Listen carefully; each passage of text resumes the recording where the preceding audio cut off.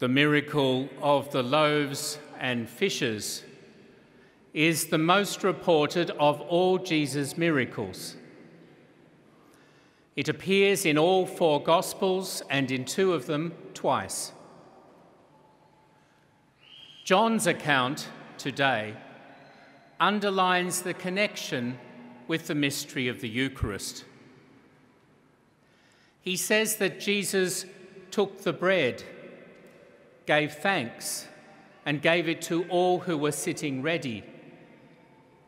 The same words the other three evangelists and St. Paul use for the institution of the Eucharist at the Last Supper. He tells us that the miracle occurred around the time of the Passover. And he also records that after they had all received, Jesus directed the apostles reverently to collect up all that remained. The prophecy of the Mass was unmistakable. But in case we didn't get it, John includes almost immediately after this passage Jesus' profound teaching about the Eucharist. I am the bread of life, the living bread come down from heaven, the bread by which you will live forever. This bread that I will give is my flesh for the life of the world. Unless you eat the flesh of the Son of Man and drink his blood, you will have no life in you. Whoever eats my flesh and drinks my blood has life eternal, and I will raise them up on the last day. For my flesh is real food, and my blood real drink. So John foreshadows the institution of the Eucharist early in his Gospel, to make it the interpretive key for so much that comes thereafter.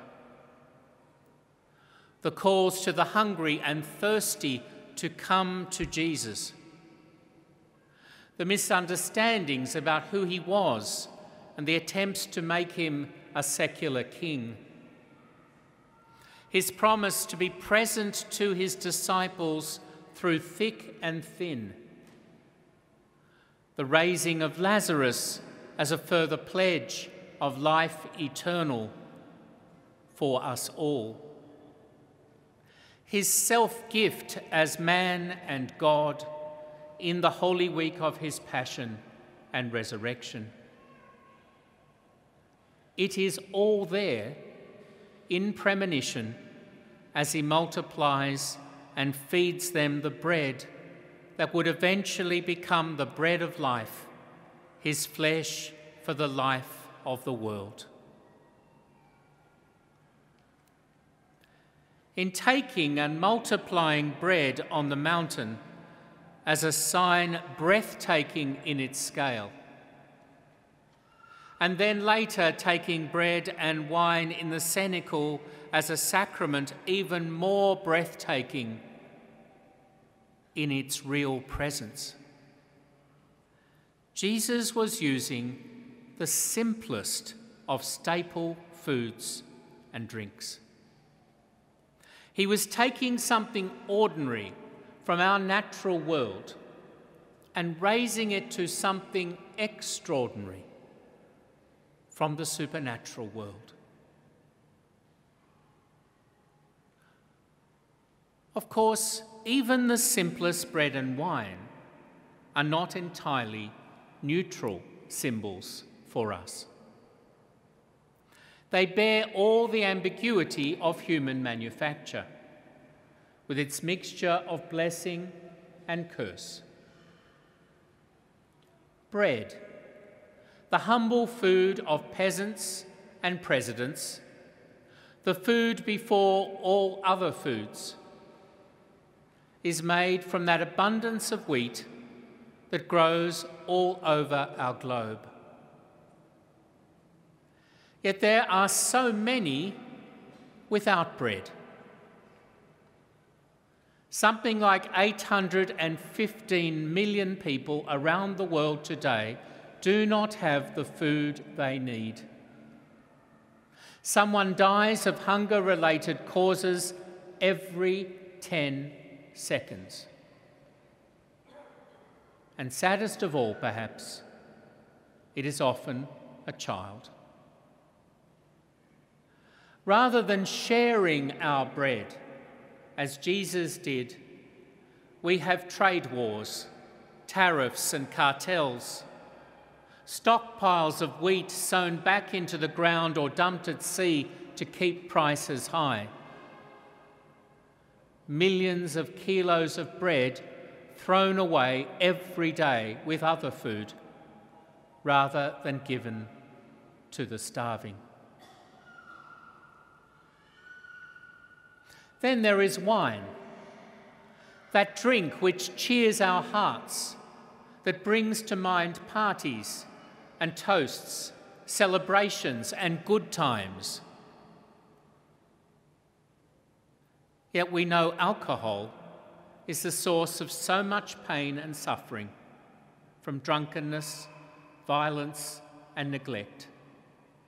In workplace absenteeism, destitution and car accidents, in broken homes and bones and lives. There are more than 2.5 million alcohol-related deaths each year worldwide.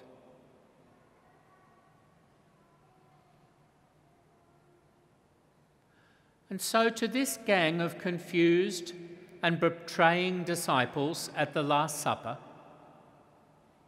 to this crowd on the mountain who wanted spiritual fireworks and satisfaction of their baser desires, into the chaos of all human joys and hopes, pains and fears, harmony and discord,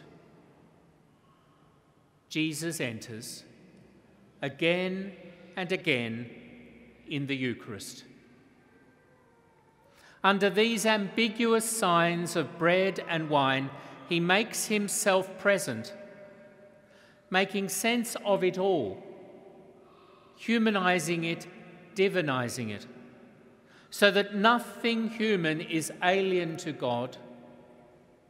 As from all eternity, now from the middle of the human mess, God the Father sings his great love song, that is God the Son. And that Son now charges us. From now on, do this in memory of me.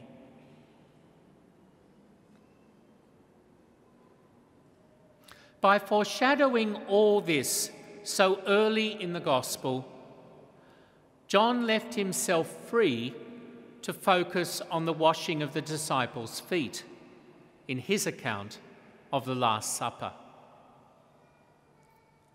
But he ends this account with the same mandate from Jesus. Now you do likewise. The Eucharistic life is the life that remembers, remembering the greatest ever gift that God gave us in the Incarnation and the cross, now perpetuated in the Holy Sacrifice. The Eucharistic life is the life that transforms, transforming ordinary into the extraordinary, the material into the sacramental, the human into the divine. The Eucharistic life is the life that serves, serving others by giving ourselves as Christ did, our flesh and blood, our sweat and tears for the life of the world.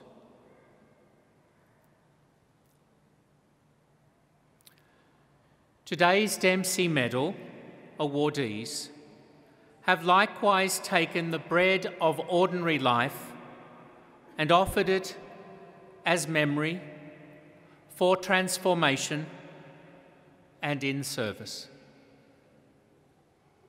Many have served in our parishes or schools as pastoral associates, in liturgical or musical ministry, in sacramental programs, youth ministry, prayer groups, Bible study, parish councils, administration, parish social life, finance, or maintenance.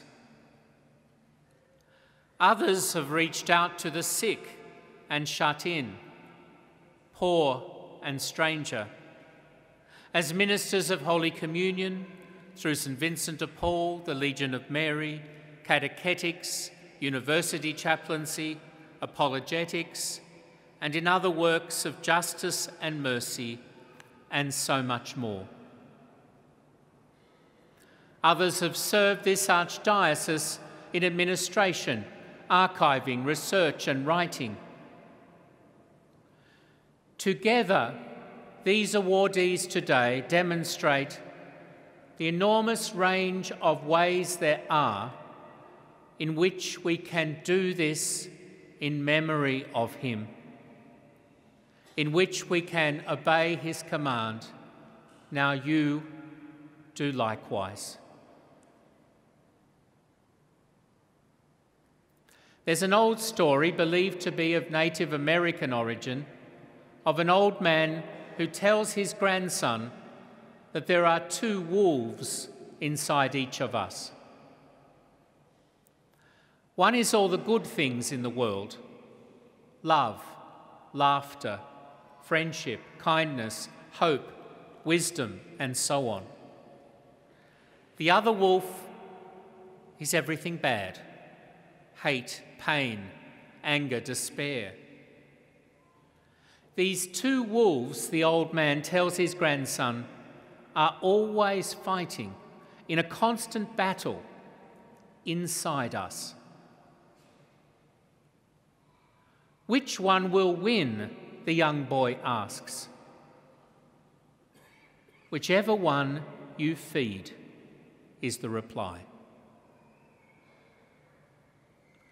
Feed the hungry, feed my lambs, feed your souls, feed your better nature. Christ calls us today to feed the wolf of love in us, as our medalists have done. Will we all answer that call?